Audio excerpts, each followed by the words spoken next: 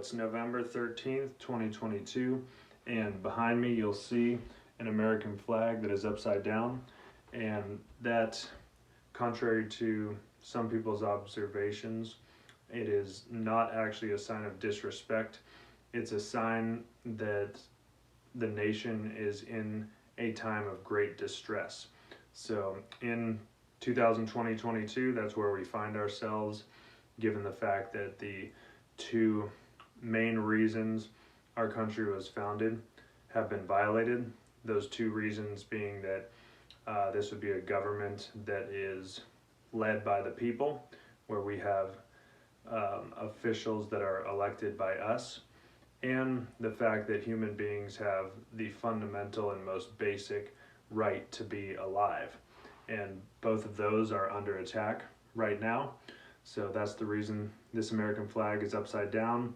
And if you are a Christian and a patriot and you're aware of what's taking place in the country, I encourage you to fly your American flag upside down as well, to reveal to our fellow citizens what's going on. And if people have questions for you, you can articulate the meaning of that and use it as an opportunity to spread awareness about how our rights are being violated and how the United States of America is being intentionally disassembled from within. So it is Veterans Day weekend, so I want to give respect and honor to all those who have served. Thank you for your service, and I love this country, as all Americans should, and have respect for those who fought, bled, and died to preserve the liberties that are now under attack. But securing freedom wasn't just for one generation to do, but it's a continual process that we all have a responsibility and a duty to take part in every generation. So right now we have the opportunity to join together to become educated about what it means to be an American and how we secure those liberties, and then share that information with other people so that the American mission can continue to go on. God also cares about justice. In the book of Isaiah, he says, "Doom to those who legislate evil, those who make laws that make victims." And that's what's been taking place with the justice system in the United States of America. There's obviously still some justice being worked out throughout society, and that's good, that's great. But I say that scripture to let you know that God cares about justice, as you may already know. But there is this tendency amongst the Americanized church to not be involved in these real issues that affect humanity and the destiny of our country. God cares about nations. He says that we are a holy nation, that the church isn't necessarily a building, but it's the people.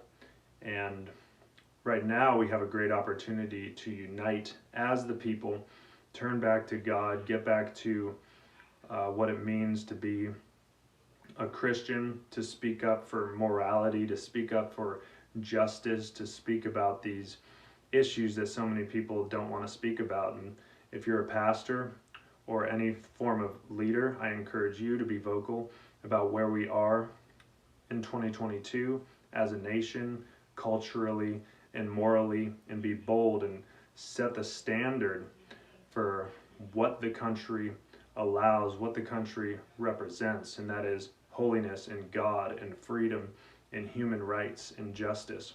So in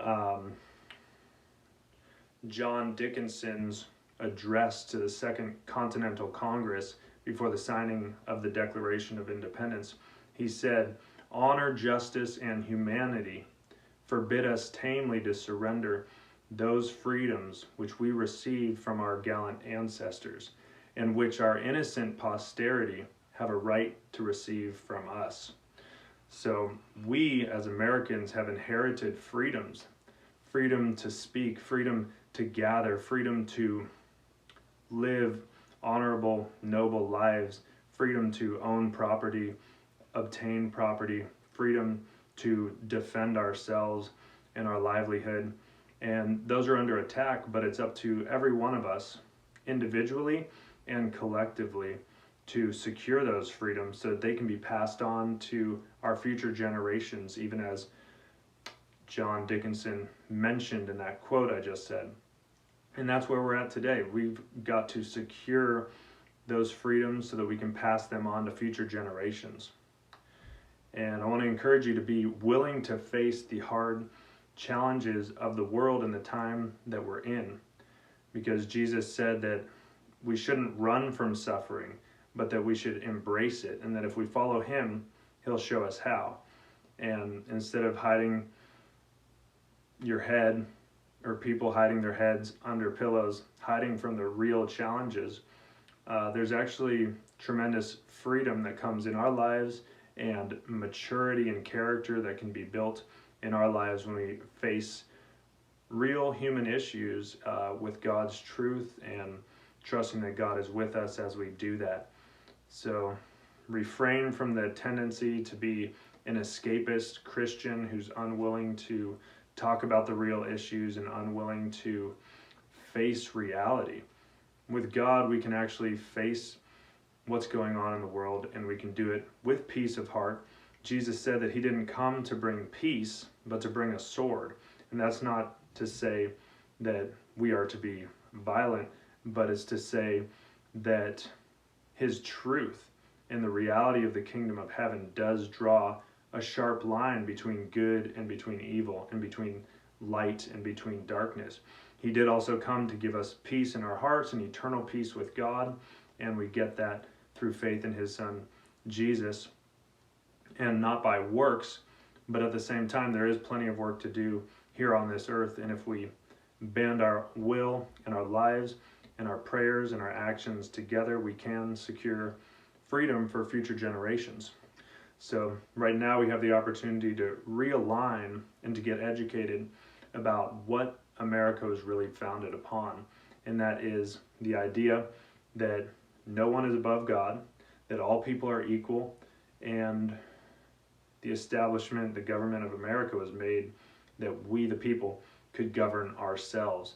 And that's under attack right now. But if we educate ourselves and we promote that idea, and we come together under God and reunite under the values that this country was founded upon, that made this country so great to begin with, then we can continue to pass this baton on to future generations.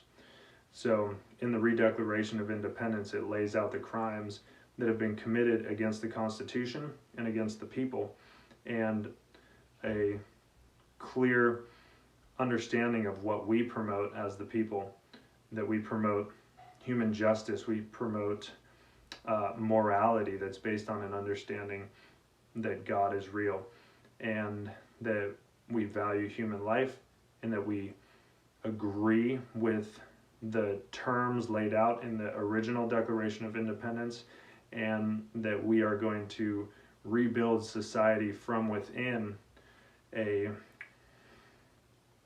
realigning with the Constitution, using the Constitution as a guide for our government. So go ahead and sign that and share that. Use that as a tool to help people to understand where we are at, and as a solution as we move forward. All right, God bless you, and God bless America, what's left of it.